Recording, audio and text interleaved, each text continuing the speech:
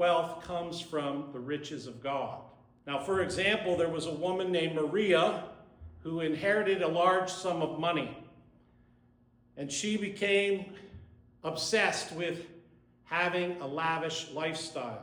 And she bought a brand new car, designer clothes, went on luxurious vacations, hoping that she would find happiness. But the money ran out faster than expected, and she found that she was not happy. And then she joined a small group church and learned more about generosity and faith, how they're interconnected. And she began to tithe and volunteer, and she found the joy in giving back to God. She quotes said, "I thought money would make me happy, but giving my life to God gave me true riches." So are we storing up treasures for ourselves, or are we being rich in generosity? These are some of the questions we should be asking ourselves. And we know that Jesus was telling this story during the first century of Palestine under Roman rule, where they were having these struggles with who gets the money. Some things never change. When people die, sometimes families tear themselves apart arguing over who gets what. Sometimes those grudges last a lifetime and they never talk to each other after a death, and they didn't get what they thought they deserved.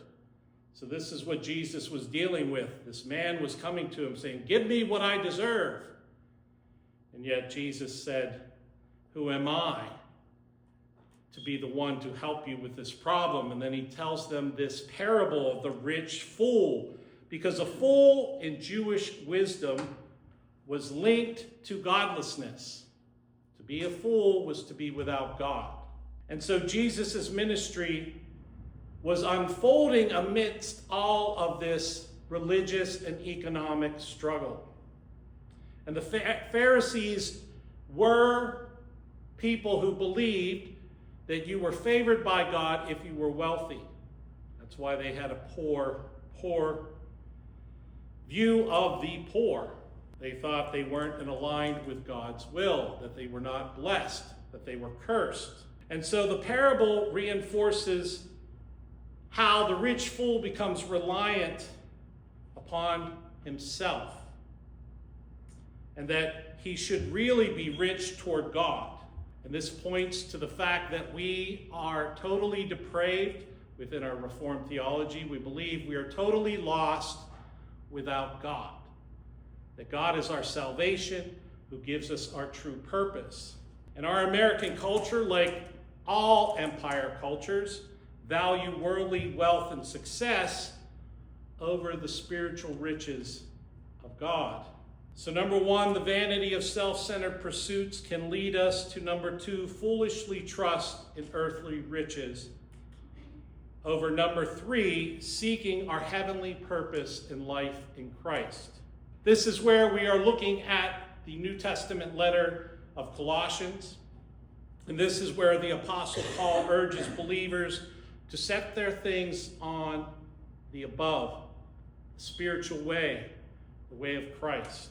That to put off the old, the idea of greed, selfishness, and to put on the new, to be renewed by Jesus, by Christ. And so unlike Narcissus, who died gazing at himself, we as believers are called to gaze at Christ. That we are to find a new life and be transformed in our relationship with Jesus. And that the new self reflects God's purpose, not self-obsession.